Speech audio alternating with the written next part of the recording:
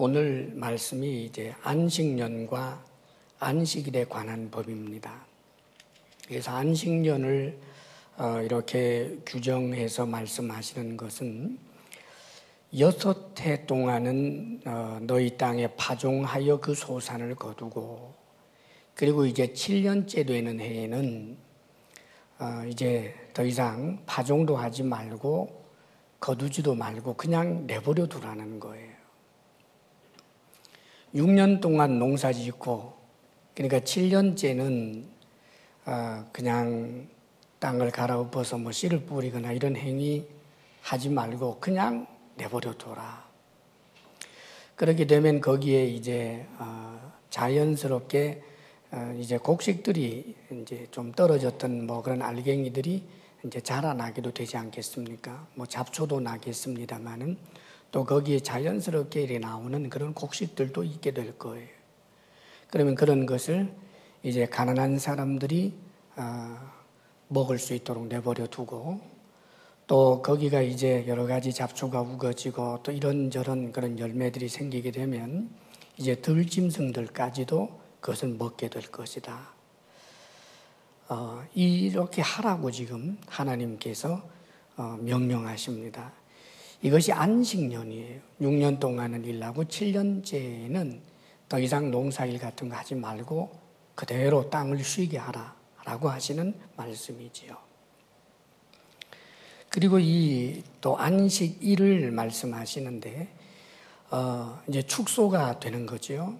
그러니까 매주 한 주를 단위로 해서, 그래서 7일째 되는 날은 이제 쉬라.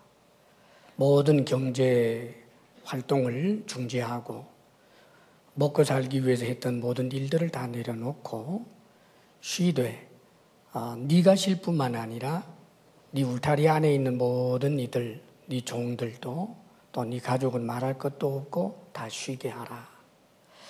이것이 이제 안식일 규정 또 안식년 규정입니다. 사실 이 안식일과 또 안식년에 관한 이런 규정을 하나님께서 왜 주셨을까? 그 의미를 우리가 사실은 좀 깊이 생각할 필요가 있어요. 이 안식에 관한 규례를, 이 법을 말씀을 하시면서 하나님께서는 13절의 말씀을 여기 덧붙입니다. 13절 우리 함께 읽어볼까요? 시작. 내가 내게 이룬 모든 일을 삼가 지키고 다른 신들의 이름은 부르지도 말며 내 입에서 들리게도 하지 말지니라.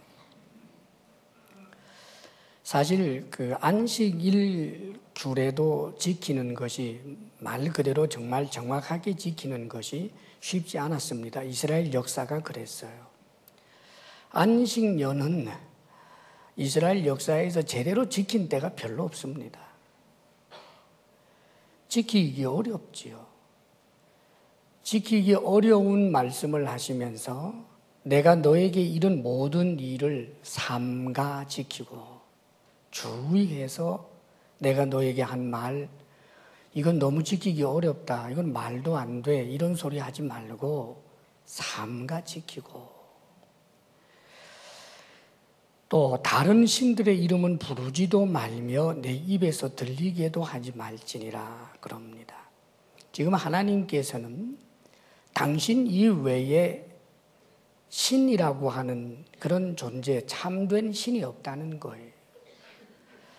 하나님 이외에 하나님과 함께 눈높이를 맞출 만한 그런 신이라고 하는 존재가 없다는 거지요. 그래서 이제 우리 하나님께서 이런 규례를 주신 중요한 이유를 알게 됩니다. 그것은 하나님만이 참 주가 되시는 참 하나님이라는 말이에요. 하나님만이 모든 것의 주 되시는 분인데, 하나님이 모든 것의 주 되신 분이라는 것을 인정하고 살으라는 거예요. 이 안식에 관한 규례가 사실 그런 의미가 깊이 담겨 있는 겁니다. 사실 조금 전에도 말씀을 드렸습니다마는 6년 동안 일하고 7년째에는 그냥 그 농토를 방치한다라고 하는 것은 인간 역사에 이거는 어느 나라 어디에도 없던 이야기예요. 농사 짓는 사람들 입장에서 이건 기함할 일입니다. 농사 짓다가 6년 동안 농사 짓고 7년째는 그냥 내버려 두라니요. 이거는 막심한 손해를 가져다 줄 수 있는 일이죠. 요즘은 이제 그 농업에 대한 기술들이 발달하고 뭐 연구를 하고 보니까 이걸 긍정적으로 들여다봐서 그래 7년째 이게 쉬게 함으로써 지력이 높아진다 뭐 이런 것으로 이제 생각을 합니다. 그러나 사실은 엄격히 말하면 그냥 쉬게 한다기보다는 뭐 다른 걸 짓게 한다든지 그렇게 해서 어느 그 곡식을 짓다가 사실 저도 제 고향이 이제 인삼이 많이 나는 곳이었기 때문에 인삼을 뭐 6년근이든 뭐 4년근이든 하고 나면 이제 몇 년 동안 그 밭에서는 다시는 인삼을 재배 못 합니다. 그 영양분이 다 빨렸기 때문에 그래서 다른 걸 뭐 좀 심고 이제 그렇게 하는 거죠. 그런데 지금 하나님께서는 뭘 다른 걸 좀 심어서 지력을 높이다라고 하는 이런 지혜를 주고자 하는 말씀이 아니고 너 6년 동안 일하고 난 다음에 7년째는 농사 짓지 말라는 거예요. 그럼 뭐 먹고 살라고? 문제는 여기 있습니다. 먹고 살기 굉장히 어려워질 수 있는 그런 말씀을 하나님께서 하시는 거예요. 실제로 이스라엘 사람들이 이 말씀을 제대로 안 지켜냈고요. 나중에 이스라엘 사람들이 바벨론의 포로로 잡혀가서 이제 그 70년 포로 생활을 합니다. 그런데 그렇게 된 것에 대해서 예레미야 선지자를 통해서 하나님께서 분명히 말씀을 해주십니다. 이들의 거의 한 500년 역사, 한 490년 되는 거지요. 그런데 그들이 안식년을 안 지킨 것, 그것을 하나님께서 나중에 계산했다는 거예요. 그래서 예레미야 선지자를 통해서 이들을 하나님께서 몽땅 다 나라를 이제 멸망시키고 포로로 잡아가게 함으로 인하여 그 이스라엘이라고 하는 땅 자체가 70년 동안 쉬게 되는 거예요. 그들이 하나님께서 하신 이 말씀을 사실상 지키기 어렵다고 생각을 해서 한 해, 두 해 뭐 계속해서 안 지키고 보니까 하늘에서 무슨 벼락이 떨어지는 것도 아니고 별일도 없고 해서 그냥 그런 줄 알고 뭐 이거는 말씀에는 있지만 아이고 사람이 어떻게 이렇게 살아 아예 그렇게 생각을 하고 지내다가 이들이 바벨론으로 포로로 잡혀가서 70년 동안 땅이 쉬게 되는 것 너희들이 내 귤에 내가 너희에게 안식년을 지키라고 하는 것을 지키지 않았기 때문이라고 하나님께서는 말씀하고 계시는 거예요. 도대체 왜 이렇게 하실까요? 하나님께서 주라고 하는 이 표현은 입으로는 참 쉽습니다. 저도 여러분도 하나님은 주님이십니다. 나의 주가 되십니다. 내 재물의 주가 되십니다. 내 생명의 주가 되십니다. 모든 우주 만물의 주가 되십니다. 이 고백은 누구나 다 쉽게 할 수가 있습니다. 그런데 주님께서 정말 내가 너희의 주라면 내가 너희에게 하는 말을 지키라는 거예요. 왜냐하면 우리 하나님은 우리를 돌보시는 주님이시고 우리의 모든 필요를 채워주시는 주님이시고 일생 동안 우리의 삶을 하나님께서 책임져 주시다가 언젠가는 영원한 하늘나라에서 영생 복락을 주시는 주님, 우리들의 아버지이십니다. 지금 주님께서는 그것을 인정하는 삶을 살라라고 지금 요구하고 계시는 거예요. 특별히 이 규례는 경제활동에 맞물려 있습니다. 신앙생활에서 가장 걸려서 넘어지는 것은 이 땅의 보화, 돈, 물질, 바로 그것입니다. 데마와 같은 이도 주님을 위해서 복음을 위해서 살다가 세상으로 가버리게 되는 것은 세상을 사랑하게 되었기 때문에 다시 말하면 땅의 보화를 사랑하게 되었기 때문에 주님을 떠나게 되지요. 우리의 신앙에 있어서 걸림돌이 되는 것은 사랑하는 여러분, 내 현실적인 삶 가운데 특별히 이 물질의 부분이다라고 하는 것을 우리는 놓쳐서는 안 됩니다. 물질의 부분, 경제활동의 부분에 있어서 하나님의 주되심을 인정하지 못한다라고 하는 것은 사실상 우리 삶의 가장 큰 부분, 가장 많은 시간을 들이는 부분, 우리의 삶에 있어서 사실상 어떻게 보면 경제활동이 우리 삶의 대부분을 차지한다고 할 수 있는데 거기에서 주되심을 인정하지 못한다면 도대체 우리의 주님은 언제 주님이십니까?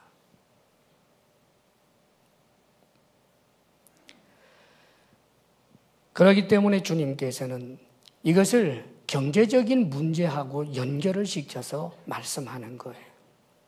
사실상 오늘날 우리들에게 있어서는 이런 안식년이라는 것 없습니다. 그리고 율법적 의미에서 안식일이라고 하는 것도 없습니다. 요즘 이 말씀 붙들고 만일 여러분들이 농사 짓다가 안식년 지켜야 돼 이러면서 여러분들이 농사 안 짓고 그냥 방치하고 그건 여러분 혼자 그냥 믿음 따라 열심히 사는 거지, 그것은 사실 우리에게 그런 규정을 주지는 않았습니다. 그러나 이 안식년과 안식일의 규정을 주시면서 하나님께서 우리에게 요구하시는 것, 내가 너희의 주라고 하는 사실을 범사에, 특별히 경제활동 가운데 인정하며 살으라라고 하신 이 말씀은 우리 하나님께서 그만두라 하신 적이 없습니다. 그렇기 때문에 예수님께서도 경제활동에 관한 부분을 말씀을 하실 때 너희는 먼저 그의 나라와 그의 의를 구하라라고 말씀하셨는데, 하나님의 나라를 구한다라고 하는 이 표현은 하나님 나라, 다시 말하면 하나님은 왕이시고 나는 하나님의 백성이다라고 하는 이 표현입니다. 그렇기 때문에 하나님 나라를 구한다라고 하는 것은 하나님의 통치, 하나님의 법, 하나님 말씀에 순종하는 것을 말하는 것이고, 하나님의 의라고 하는 것도 하나님의 말씀을 벗어나서서는 있을 수 없는 것을 말하는 거예요. 그렇기 때문에 오늘 이 말씀을 우리의 삶에 적용한다라면, 사랑하는 여러분, 내가 경제활동을 하면서 직장 생활을 하면서 사업을 하면서 하나님의 말씀을 벗어나서 그리고서도 무엇인가를 얻겠다라고 하는 모든 시도가 하나님의 주되심을 사실은 인정하지 않는 행위라는 것을 알아야 합니다.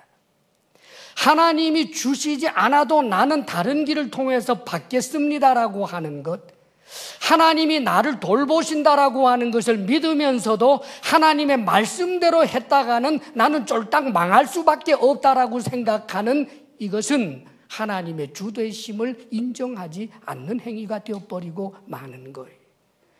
수많은 크리스찬들이 너무나 우리 주되심을 잘 인정하지 못하고 살 때가 있습니다. 다시 말하면 우리는 다른 건 몰라도 예배 자리에 나올 수는 있어요.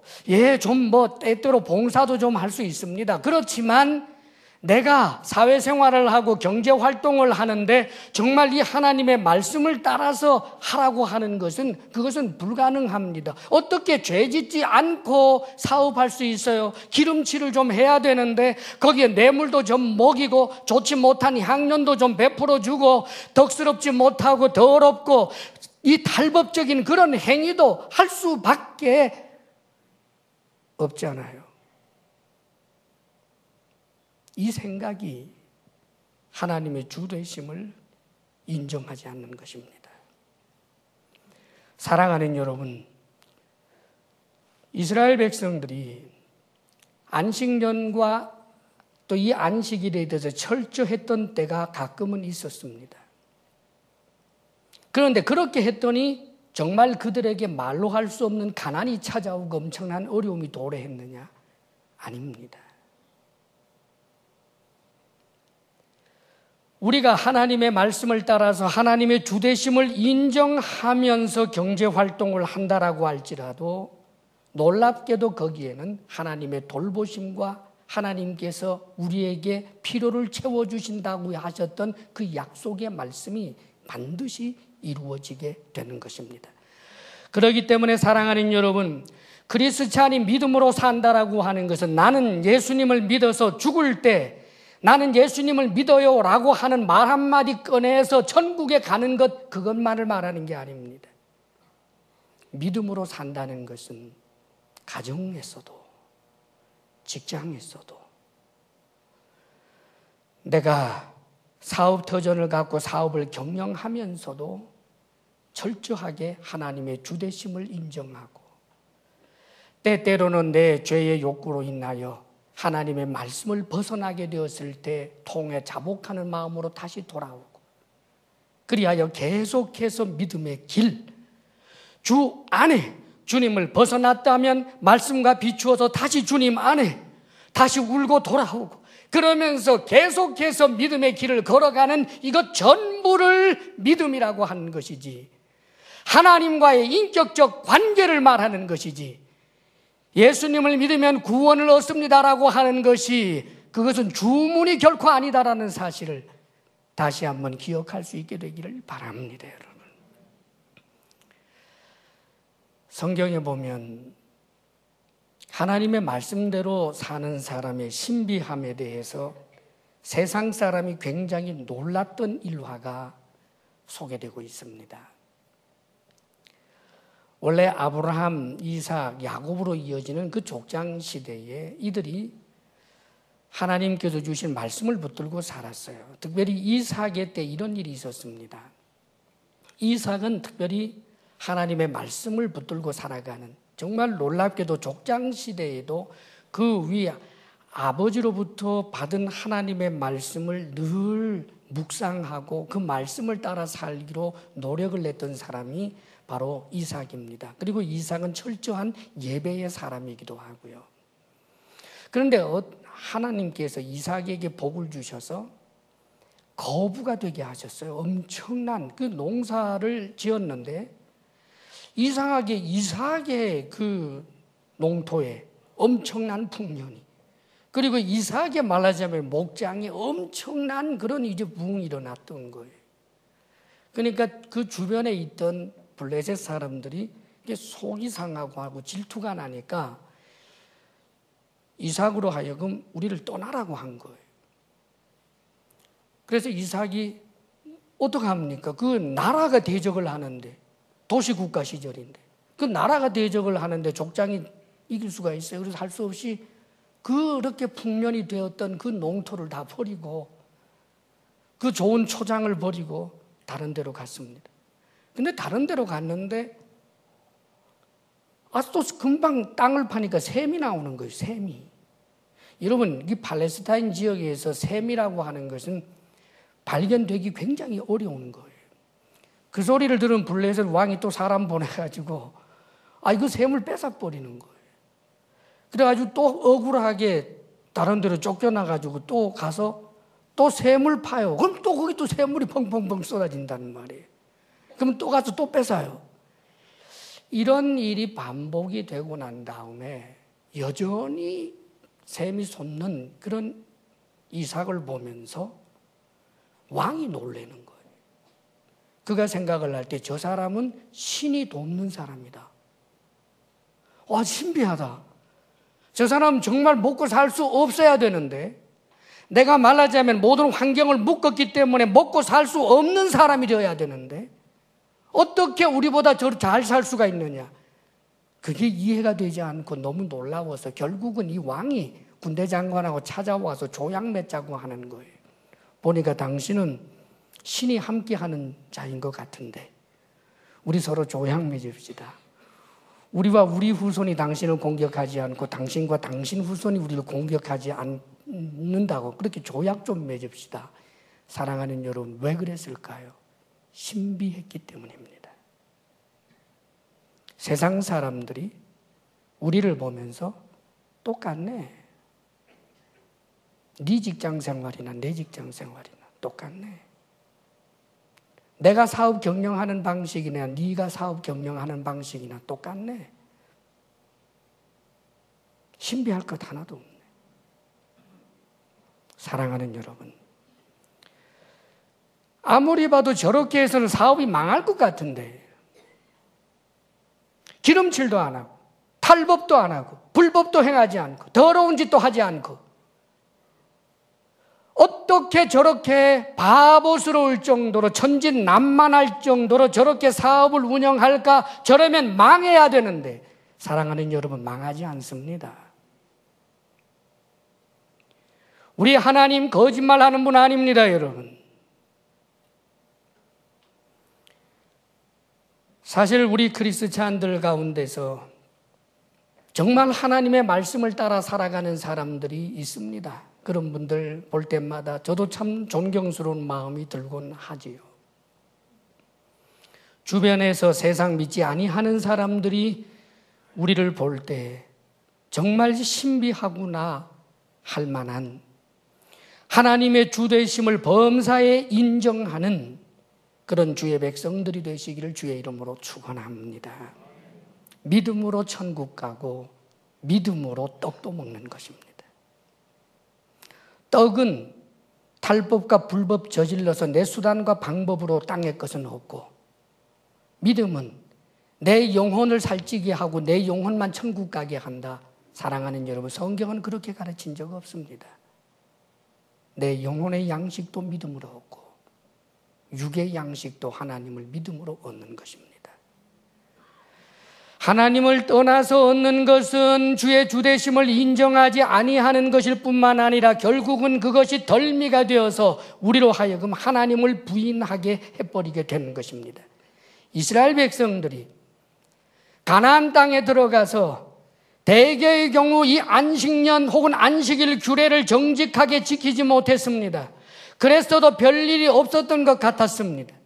그런다고 해도 계속해서 농사가 잘 될 때는 잘 되고 안 될 때는 안 되고, 블레셋 사람이나 뭐 다른 사람들하고 다 그저 비슷비슷하게 가난한 사람들하고 다 똑같았던 것 같았어요.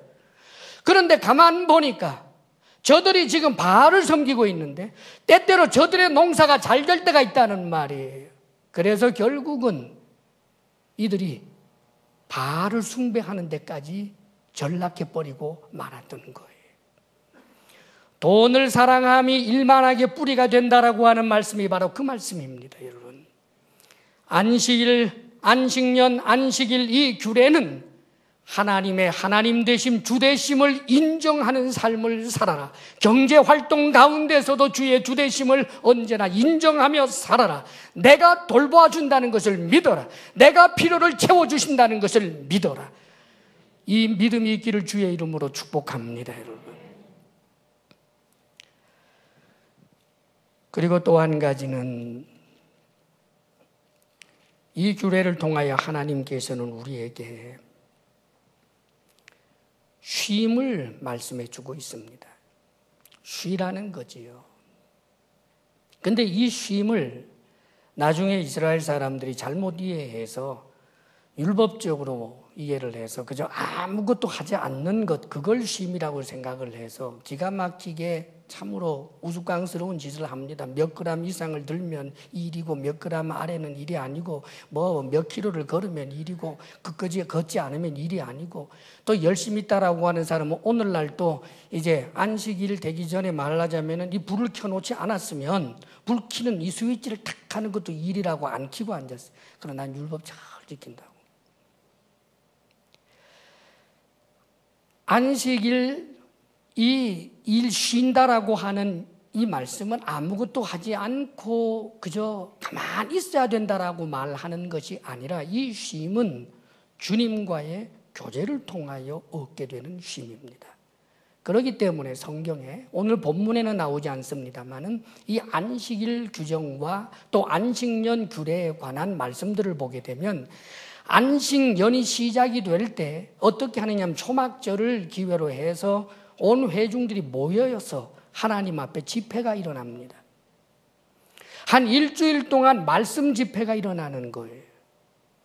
그러니까 이 쉼을 무엇을 말하는 거냐 하면 너희들이 경제활동을 열심히 했는데 하나님 앞에 집중하고 집중적으로 말씀을 읽고 묵상하고 말씀을 따라 살 것을 다시 결단하는 그런 축제의 예배의 장으로 만들어라는 거예요. 안식일도 마찬가지였고요. 안식일에 뭘 했겠습니까? 모여서 하나님 예배했지요. 사랑하는 여러분, 우리가 주일을 이제 지키는데 사실 우리 성도들 보면 주일날 쉬지 못하는 분들이 참 많습니다.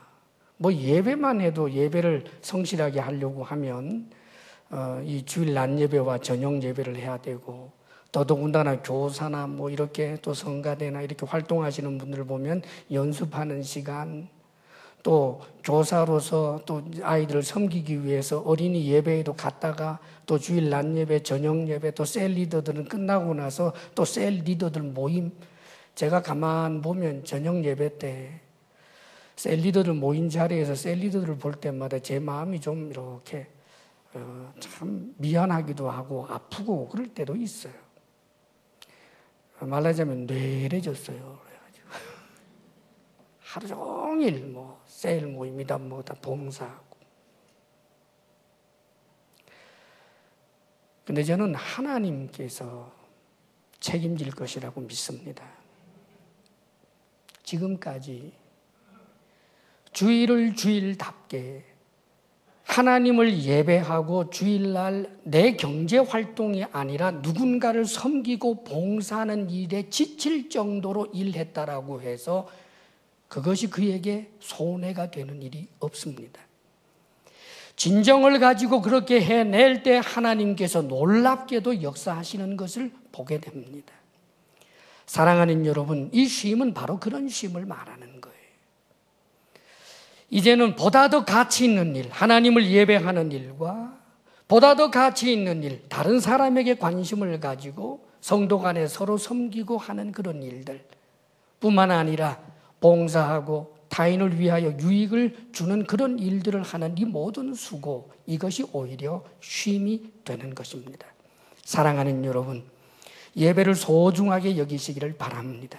우리가 함께 모여서 예배한다라고 하는 것, 나는 왔는데 너가 오지 않는 그런 예배의 자리, 얼마나 쓸쓸한 예배가 되겠습니까? 전 세계적으로 모여 예배하는 이 예배를 소홀히 하는 그런 인본주의적 정신들이 확산되고 있습니다, 여러분. 사랑하는 여러분, 하나님 앞에 내가 예배자로 있고 나뿐만 아니라 우리 가족이, 사랑하는 성도가 함께 예배를 드리는 이 축제야말로 이 예배를 예배되게 하기 위하여 많은 헌신과 봉사가 필요하겠지만 이것이 얼마나 소중한 일이겠습니까? 그것을 쉼으로 이해하고 믿을 수 있기를 바랍니다. 할렐루야. 많이 자고 좋은 거 많이 먹고 그러면 무조건 건강할 것 같습니까? 하나님이 허락하셔야만 됩니다. 할렐루야. 할렐루야. 할렐루야.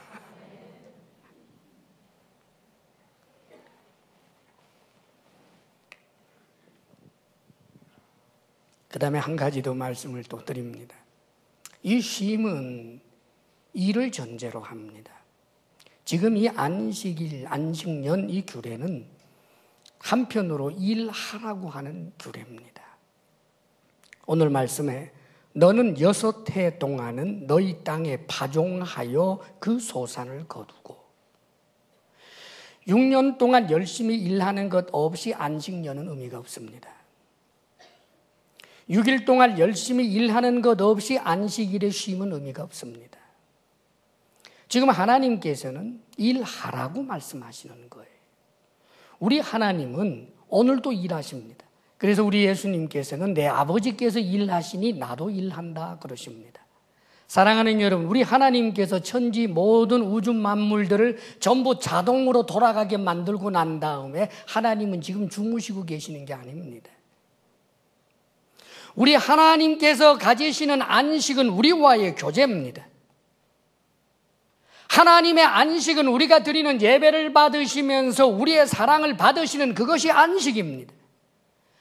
하나님께서는 그 일을 위하여 오늘도 얼마나 섭리하시고 일하는지 모릅니다. 구원의 역사를 이루기 위하여 하나님은 지금도 일하고 계십니다. 마찬가지입니다. 우리는 일해야 합니다.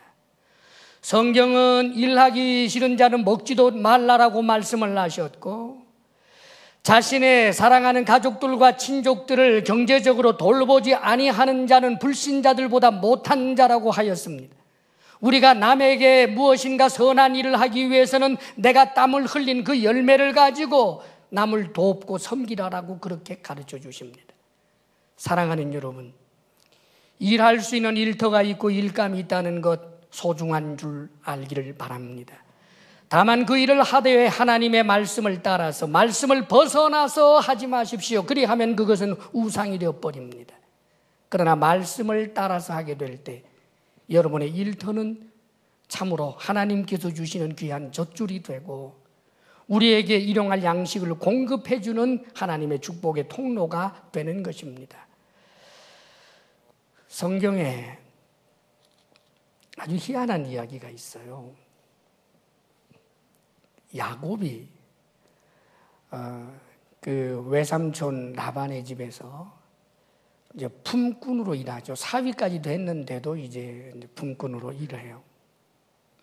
근데 그 약속이라는 게 참 너무 억울합니다. 뭐냐 하면 네가 내 양과 소와 이런 가축을 다 돌봐라. 그러면서 품삯은 네가 돌보는 양들 중에서 얼룩덜룩한 거 튀어나오면 그건 네 거 삼아라 그래요.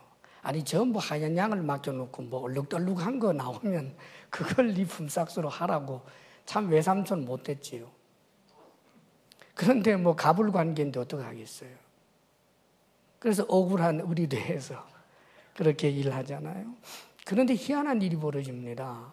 얼룩덜룩한 게 네 거다 그러면은 이 야곱이 외삼촌 라반의 모든 가축을 돌보고 있는데 그 돌보던 가축들 중에서 아주 실한 놈들, 아주 기름진 것들이 새끼를 낳으면 전부 얼룩덜룩한 게 튀어나오는 거예요. 와, 그래서 얼마나 신이 나요? 그러니까 또 외삼촌이 못됐다고, 야, 얼룩덜룩한 거 안 되겠다. 그냥 새까만 걸로 하자. 그러면 또 전부 새까만 게 튀어나온단 말이에요. 비루 먹은 녀석들에게 말고 아주 건강한 것들에게서 태어나는 거는 전부 그런 것만 나오는 거예요. 그래가지고 이 야곱이 점점점 야곱의 몫이 많아져서 나중에는 외삼촌보다 훨씬 더 큰 부자가 되는 장면이 성경에 나옵니다. 여러분도 그러고 싶어요? 얼마나 좋아요. 근데 여러분 기억하십시오. 그 축복이 땀 흘림이 없는 축복이었을까? 어떤 분은 그러더라고요. 그거는 무슨 물불에 나무인지 뭔지 그거 이렇게 벗겨가지고 얼룩덜룩하게 만든 거 물목으로 내려올 때 야곱이 그걸 다 꽂아놔서 그걸 이제 이 양들이 물목으로 내려왔다가 얼룩덜룩해진 거 보면 그렇게 된다고. 여러분 그거는 미신입니다. 야곱의 수준이 그때는 아직까지 좀 부족했어요. 그런데도 하나님께서 야곱의 좋은 점을 봐준 것이 하나 있어요. 야곱이 원래는 남을 속이는 자 아닙니까? 아버지 속이고 형 속이던 자였어요. 그런데 하나님 만나고 난 다음에 이 사람은 하나님의 말씀대로 살겠다고 결심한 사람이에요. 그래서 놀라운 내용이 나옵니다. 외삼촌 라반하고 나중에 다툴 때 자신이 있었던 그 20년 세월을 요약하는 말이 이런 거예요. 삼촌, 내가 더위를 낮에는 더위를 무릅쓰고 밤에는 추위를 무릅쓰고 이랬습니다. 여기에 대해서 외삼촌이 반론 제기 못해요. 정말이니까. 낮에는 더위를 무릅쓰고 밤에는 추위를 무릅쓰고 이랬습니다. 그뿐만 아니에요. 때때로는 일이나 늑대나 이런 것들이 와서 양이 찢기면 그것을 내 것으로 보상했습니다. 놀라운 일이죠. 병들어 죽었어도 내 것으로 보상했습니다. 사랑하는 여러분, 열심히 일했을 뿐만 아니라 성실하게 일했고 하나님 앞에 정직하게 일했습니다. 슬슬 뒤로 빼돌리지 않았단 말입니다. 아롱진 게 네 거다라고 했는데 하얀 게 태어났는데 너무너무 건강해 보이니까 살짝이 뒤로 돌리는 일 하지 않았습니다. 늑대가 뜯어 먹었으면 이거는 불가항력적인 것 아니에요. 내가 열심히 돌보았지만 늑대가 먹은 걸 내가 왜 보상해 하고 맞서 싸우지도 않았습니다. 철저하게 하나님 바라보면서 성실하게 일한 그에게 하나님께서 이런 복을 주시는 거예요. 내가 성실하게 하나님 말씀을 따라 살았는데 왜 나에게 이런 일이 있었습니까? 왜 양이 찢겨 죽나요? 왜 내 것으로 보상해야 하는 이런 억울한 일이 있나요? 하나님이 계신다면 이럴 수 있어요. 이런 소리 안 했습니다. 하나님이 돌보시는 야곱의 목장이라고 해서 늑대 출몰 안 한 것 아닙니다. 하나님이 돌보시는 야곱의 목장이라고 해서 그 양들이 병 걸려 죽는 일이 없었던 것 아닙니다. 때때로 어떤 그리스찬들은 좀 결심하고 하나님의 말씀을 따라서 한 6개월, 한 1년 좀 살다가 조그만 어려운 일이 닥치면 내가 하나님의 말씀을 따라서 얼마나 열심히 살았는데 왜 내게 이런 일이 있습니까? 하나님 계신다면 이런 일이 있을 수 없어요. 그러면서 짐짓 하나님 앞에 순종하던 그 길을 벗어나서 스스로 자신의 마음을 지옥으로 만들고 스스로 마치 가시채를 뒷발질하는 그런 노새나 말처럼 자신의 삶을 스스로 고통스럽게 하는 어리석은 이들이 있습니다. 끝까지 하나님 신뢰하시기를 바랍니다. 끝까지 충성하시기를 바랍니다. 하나님은 좋으신 하나님이십니다. 그리고 마지막으로 하나님께서 당신의 마음을 알아주기를 원하시는 거예요. 가난한 자들이 먹게 하라. 남은 것은 들짐승이 먹으리라. 안식일에 쉬라. 네만 쉴 뿐만 아니라 네 울타리 안에 있는 너의 종들까지 다 쉬게 하라. 이게 하나님 마음이에요. 약자를 돌보아주는 그런 마음. 비참한 자의 그 처지를 헤아려 주고 그들을 선대해 주기를 원하시는 하나님 마음. 사랑하는 여러분, 하나님의 이 마음에 가장 큰 덕을 본 사람이 누굽니까? 바로 우리들 아닙니까?